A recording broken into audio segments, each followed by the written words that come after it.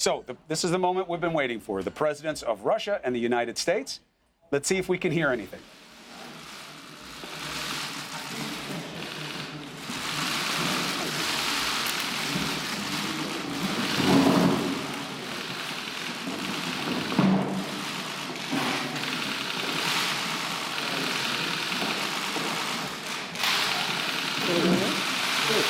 Уважаемый господин президент, мне очень приятно встретиться с вами здесь, на гостеприимной земле Финляндии, Хельсинки. Distinguished Mr. President, it's my pleasure to meet you, to be able to meet you here on hospitable Finnish soil in Helsinki. У нас продолжаются постоянные контакты. В предыдущие месяцы мы по телефону говорили, встречались несколько раз на площадках различных международных мероприятий. We've had phone conversations and physical meetings. We met on the sidelines of different events, international multilateral events.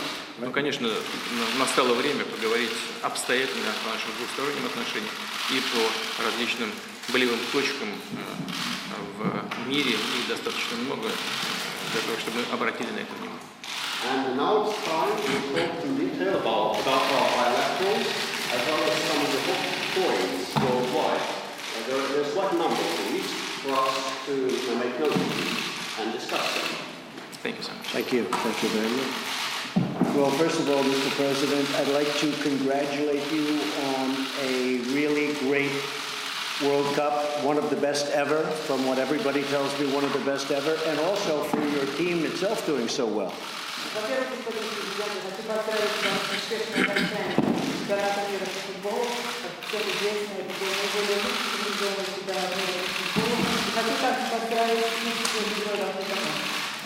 I watched quite a bit in the United States. We call it soccer, and I watched quite a bit of it, and I watched the entire final and the semifinals, and they were really spectacular games, but it was beautifully done. So congratulations on that. Я смотрел за играми, у нас в Соединенных Штатах эта игра называется «Футбол сокер». Смотрел как финальную игру, так и полуфинальную игру. Обе были очень интересны. Most importantly, we have a lot of good things to talk about and things to talk about. We have discussions on everything from trade to military to missiles to nuclear to China. We'll be talking a little bit about China. Our mutual friend, President Xi. У нас есть огромное количество тем, которые нам надо будет обсудить, очень интересные темы, начиная с таких вопросов, как торговля, коммерция, военные вопросы, также вопросы, связанные с Китаем, с ядерной политикой, поговорим также о нашем друге Xi. I think we have great opportunities together as two countries that, frankly, we have not been getting along very well for the last number of years. I've been here not too long, but it's getting close to 2 years, but I think we will end up having an extraordinary relationship. I hope so. I've been saying, and I'm sure you've heard over the years, and as I campaigned, that getting along with Russia is a good thing, not a bad thing. У наших двух стран есть огромная возможность для того, чтобы наладить наши взаимоотношения. На протяжении нескольких лет эти взаимоотношения не были плохие, где-то около 2 лет. Но я думаю, что есть возможность, чтобы эти отношения между нашими странами стали чрезвычайно хорошими. Я во время своей предвыборной кампании говорила о том, что ладить с Россией сделать очень хорошо. And I really think the world wants to see us get along. We are the two great nuclear powers. We have 90% of the nuclear, and that's not a good thing, it's a bad thing. And I think we hopefully can do something about that, because it's not a positive force, it's a negative force. So we'll be talking about that among other things. Мы будем говорить о наших ядерных потенциалах. Мы две страны, которые содержат более 90% всех ядерных арсеналов, и это не является чем-то хорошим. Это не очень хорошая вещь, поэтому нам надо делать все для того, чтобы улучшить наше положение по этому вопросу. Я думаю, мы будем говорить непосредственно о вопросах, связанных с ядерной политикой.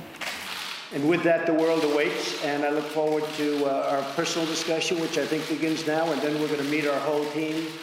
You have quite a few representatives on I do, and we all have a lot of questions, and hopefully we'll come up with answers, most importantly.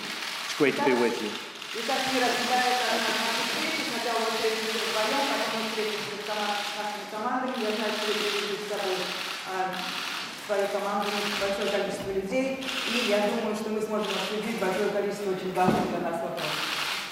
Thank you very much. Thank you, everybody. Thank you. Thank you, everybody.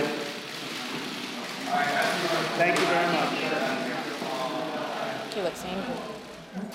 All right, so President Trump and President Vladimir Putin just had their first press avail at the beginning of this meeting here in Helsinki. Interestingly, President Trump let Putin start the meeting, and he ended it. Just to give you a quick talk through on it, if you're just joining us now, President Putin was very brief. He said it's good to meet and talk about all the problems and difficulties that we have to discuss. President Trump spoke more.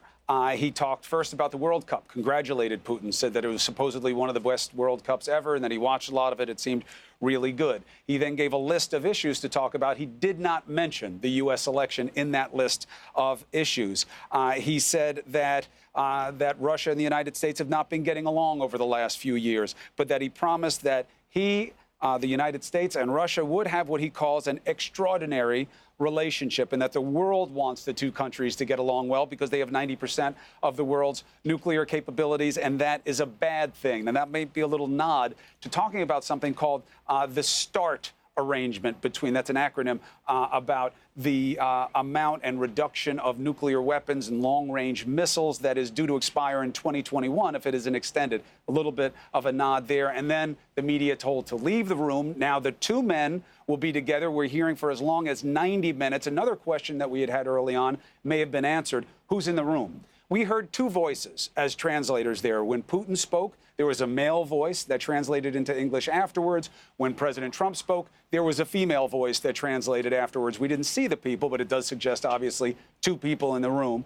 So that's a little bit more information than we had before. Let's talk about the impact of these opening statements. Susan, what did you hear? What did you not hear? Well, I think you're right to highlight that there was no mention whatsoever by President Trump in kind of a laundry list of issues he hoped to discuss with President Putin. He did not mention the 2016 election meddling, even with those dramatic indictments by the Justice Department, his own Justice Department on Friday. He mentioned China not once but twice. He said, we're going to talk about our mutual friend Xi Jinping, which is throwing in a new element into this conversation. Also, the possibility of arms control, as you mentioned, Ukraine, not only the takeover of Crimea, but again, very unspecific. And again, we're talking about a summit that has been prepared unlike any other in anyone's memory between Soviet or Russian leaders, not going into it in advance with any pre-agreed upon deliverables. There was not a single principles level meeting of the Trump administration, of his cabinet, before they came to this. Trump himself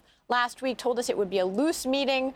He said this might be his easiest conversation compared with the tough conversations he was having with American allies in Western Europe. And that's the atmospherics that he set out for us right from the beginning today. And look, if he wants it to be easy, it will be, because that nobody benefits from that more than Vladimir Putin. All the real issues are very difficult ones. We're so in the dark about what's going to happen right now between the two men. We do have some new CNN reporting on what these 90 minutes may contain. Susan Collins has those. Caitlin Collins has those. Caitlin, what do you understand?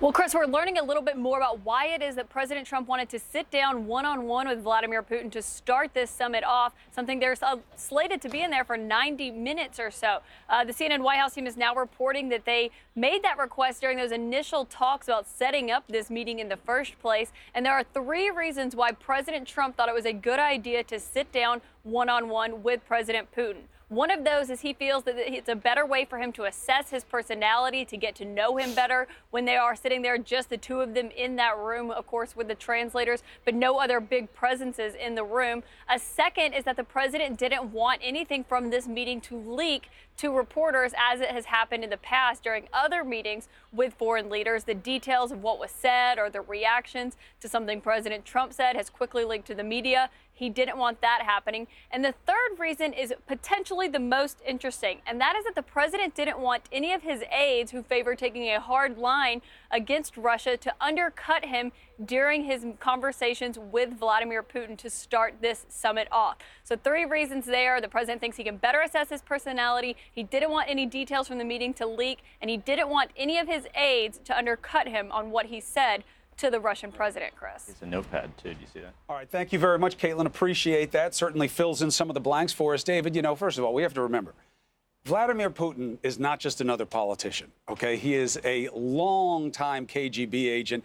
The idea that he needs a translator is a little bit of a farce, right? We know that in the 80s, he was actually sent away for language training and by many anecdotal accounts speaks and understands English very well. So the idea of sizing him up, this is a man who is trained in the dark arts of not being sized up. Right. And what you see may depend a lot upon what you bring to the conversation.